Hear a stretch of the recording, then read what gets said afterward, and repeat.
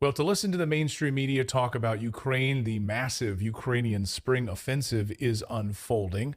Yet there are a lot of concerns that America can't handle any of that right now.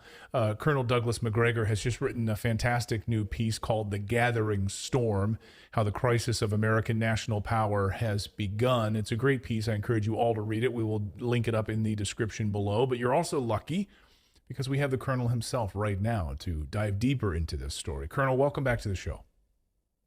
Good to see you, Clayton. So, what was the impetus for this piece? I think the convergence of a number of different crises all at once. On the one hand, you have the obvious banking crisis that is just beginning now, which is likely to be much worse than the 2008 financial crisis. In fact, this morning I was reading about the top 15 banks in the United States that are likely to fail next. And of those, three have been identified as coming quite shortly. The question is, what are we going to do about this? And that's a question I can't answer. My great fear is that the administration will simply print money, in which case inflation will worsen, and then we'll all be poor because our currency will be worth nothing. I hope that doesn't happen. But it's a very serious problem, and the administration has to deal with it one way or the other. At the same time, you've got the problem in Europe. Europeans are increasingly restless. In Germany, people are furious. This news of the Nord Pole destruction has finally made its way into the population. They've got a huge wave of Ukrainian refugees they're dealing with, plus the Muslim migrants that they've got on their hands since 2015. There's a lot of discontent in Germany. It's not just Germany, the Netherlands, Scandinavia, France, all the countries in Western Europe are unhappy. Nobody is interested in this war against Russia. And here we are trying desperately to drag all of them in any way that we can into this fight. And this fight is a fight that we are very definitely losing. And you know what Washington does when it's not winning? It lies and tells everyone they are winning. And that's what's going on right now in Ukraine. Well, what do you make of the lies then? You hear, we've been hearing from the mainstream media that Ukraine is about to launch this large offensive. Of course, we've been hearing that Russia is going to launch their offensive. So, what's the truth here? And then, as you point out in this piece, you said the growing realization that America and European military industrial capacity cannot keep up with Ukrainian demands for ammunition and equipment is an ominous signal to send during a proxy war that Washington insists its Ukrainian surrogate is winning. So we're saying that Ukraine's winning. And yet you're pointing out the realization that we can't even sustain the ammunition needed for them to fake win this war. Yeah, I mean, the Ukrainians have obliged the Russians by pouring tens of thousands of troops in eastern Ukraine into offensives over the last several months, attack after attack after attack. This started long before the fall in last year. And they've lost tens of thousands of people. The most recent figures that I've seen, and they're very, very credible, suggest that there were up to about 250,000 dead Ukrainians. I mean, that's a horrific number for a war that's only been going on for about a year. So how do you build new armies? I mean, there's some evidence that you've had three armies literally fielded in the time that this war has taken place. The first, of course, was this professional force of about 450,000 with about 200,000 reservists. That was largely destroyed in the first 6 months. And a second force was raised for mobilization. That force was destroyed in the fall. And then a third mobilization began before Christmas. And right now it looks as though these brigades that entered with, say, 2,000 soldiers or 2,500 soldiers are down to about 100 or 200 effectives. And Wow. the numbers of wounded, 300,000 or 400,000, consist of people who will never return to duty. So the question is, what will the Ukrainians do next? And it seems that they've decided they're going to scrape together whatever they can find and once again throw it into the offensive on the assumption that if they do not attack, people will discover that they can't win. The Russians, of course, are in no hurry. They have fought the Ukrainians with a fraction of their force. You've got maybe 80 to 100,000 Russians who are killing successive waves of Ukrainian attacks, backed by enormous artillery power, rockets, missiles, drones. I mean, this is warfare on the scale of World War I. And the Ukrainians, unfortunately, are doing all the wrong things and bleeding themselves to death. So I don't think this can continue indefinitely. And I think people in Washington know the truth, even though nobody wants to tell it. Everyone continues to maintain the fiction that Ukraine is doing well and can ultimately win, that the Russians are incompetent, stupid, and can't do anything. It's all nonsense. I mean, just this morning, I read the final tallies coming in from credible sources that the Russian integrated air defenses have shot down 402 jets, 256 helicopters, Whoa. thousands and thousands of unmanned aircraft, or what we call drones. So the integrated Russian air defenses have turned out to be extremely lethal and very, very effective. This war is not going well for the West. And I think President Biden and his immediate advisors do know that. The question is, how do they disengage? And that's really why I wrote this piece. And so you're hearing, I imagine from your sources in Washington, that there is this maybe movement towards wanting to get out of this thing. Yes. How much resolve do you think there is for that? It's hard to tell. First of all, I hate to be blunt, but I no longer pay much attention to what the cardboard cutout called Biden says. I really don't think he's in charge. I think he's handed things to read, and he reads them and says them in a convincing way, by the way, that we should not underestimate. Yeah. But I don't think he's in charge. But there are others who are unappointed, unelected. Some are appointed, most are not. But the key thing is none of them are elected, and they're running the government. You have the diehards led by Newland and her band of so-called neocons with Blinken and Trail and Austin and Trail and so forth. They're not going to quit. They will go to the last Ukrainian if it's necessary. But there are others who are saying, wait a minute, is this really what we want to happen? It's clear that Scholz is in a lot of trouble in Germany. He came here to see Biden to tell him how much trouble he is in. One of the oldest metal firms in Germany, founded in 1380, a firm that survived from 1380 through the two world wars into the present, has just declared bankruptcy and gone under in Germany. Wow. And the reason is very simple: no energy. Right. And you have to have quantities of cheap energy to maintain your scientific industrial base. Germany is dying in that sense. The German population is furious. You can't keep this up. So how do we get out? And that's an important question. And at some point, the only way to get out is to turn to the Russians and say, no preconditions, let's talk. And I don't think that we're going to be very happy with what the Russians ultimately say privately in terms of what their conditions are for an end to the war, because we will have lost everything we set out to win. Well, the numbers you just dropped on me are pretty astonishing. I hope our audience was paying attention to that too, on the upwards of 400 jets and thousands of unmanned aerial vehicles, and you name it. I mean, the list is endless. And most of those coming from the West, or were those Ukrainian jets? What do they have left at this point? We know the Poles are now sending in, they're proud the fact that they're going to send in some jets for the first time. A bunch of United States congressmen are coming together saying we need to send jets to Ukraine from the United States, just throwing more weapons into a black hole. Well, those are the wrong weapons, given the lethality of air defenses. And I think we're seeing the future is here, if you will. I don't want to say we're seeing the future. The future is upon us.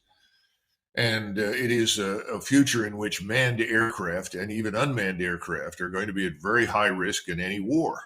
If the opponent has the kind of air defense technology and radar arrays that the Russians have. The Russians, of course, came out of World War II with the understanding that they needed integrated, overlapping air defenses. We never came out of the war that way. We came out of the war with the assumption that if we build enough fighter aircraft, we can defeat anybody. Well, that's changed. And those aircraft were flown by Ukrainians, and they were all lost. The same thing with helicopters. Now, the Russians have lost some too, but a fraction of what the Ukrainians have lost. And the Russians do have the ability right now to launch close air support missions because there's nothing up there to stop them. And the Ukrainian air defenses have been largely demolished. All of these missile attacks that you've heard about week after week after week have been aimed at very specific targets. They have not been aimed at the civilian populations. They've been aimed at stripping away and destroying any air defense capability that exists in Ukraine, number one. Number two, aimed at the energy grids, the transfer of power. stopping the rail lines, stopping heating, all these kinds of things, making life obviously miserable. Those have been the top priority targets, and then command and control and all the usual military targets. It's all worked. And the Russians have built up their forces right now to a point where they're ready to go. The point is that they didn't go in January because the ground simply did not freeze enough. Remember, we've got 10 to 15 feet of black earth in eastern Ukraine.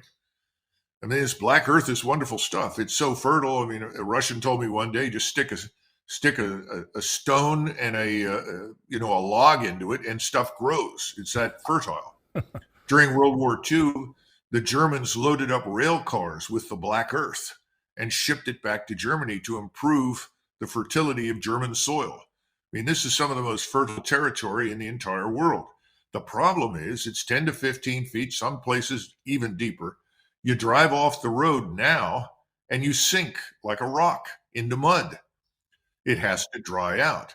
So what the Russians have been doing is essentially inviting the Ukrainians into what they call fire traps. By all means, attack in Bakhmut.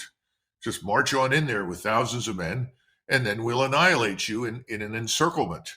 But they always leave a road open so that the few survivors can get out, or if they're stupid enough, they'll send in more soldiers. Ukrainians continue to send in more soldiers. Now, Bakhmut is important as a logistical hub, a rail hub, for all sorts of reasons. This is the last remnant of the Ukrainian defense of the Donbass, what we used to call the Donetsk Basin. That's quite clear.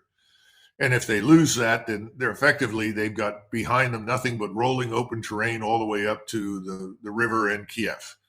So they'll have to fall back. They know that.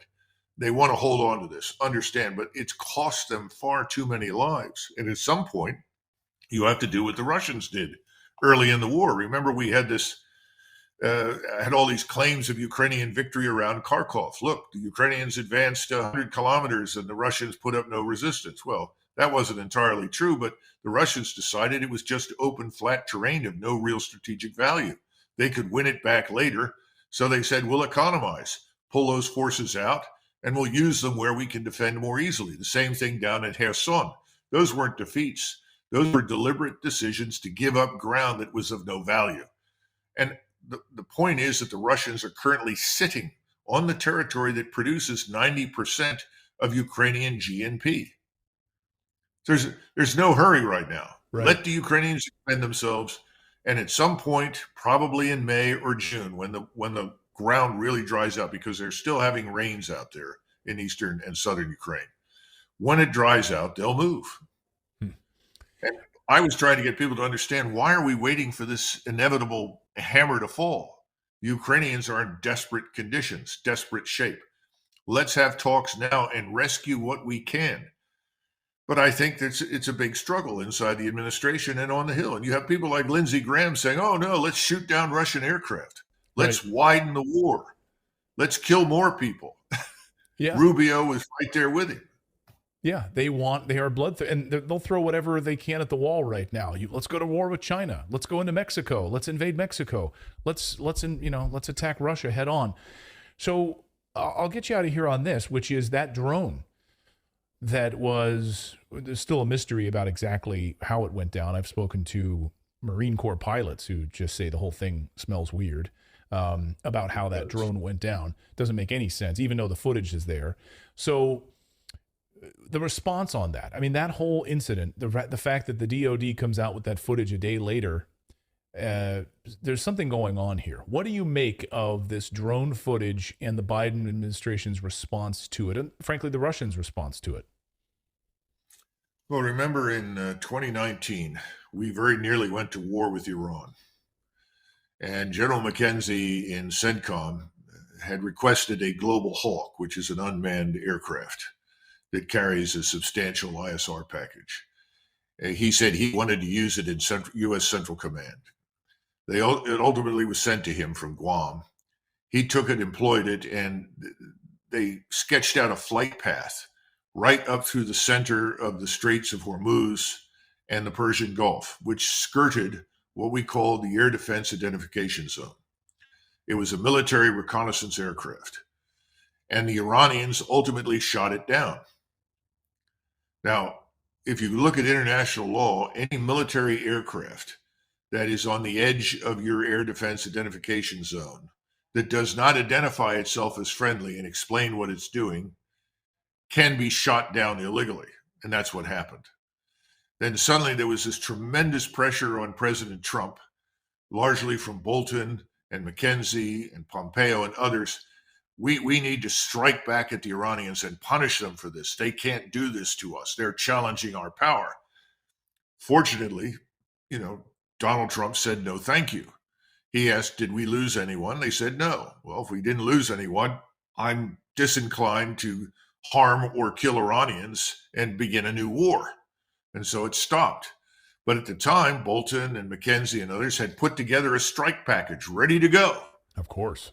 This looks to me like a similar phenomenon where everyone knows there is an exclusion zone over Crimea. In other words, if you fly close to Crimea, you sail close to Crimea with your intelligence, surveillance, reconnaissance assets, the Russians are going to warn you off. What nobody bothered to tell anyone is that the Russians warned us off. They detected the aircraft, even though its transponders were off. I guess it was in broad daylight, so it wasn't hard. And they warned us, and jets flew up there and flew past it several times, again, warning us off, warning us off, warning us off. There was no answer, so finally they managed to down it. I don't know how that happened. Like you, I really don't know.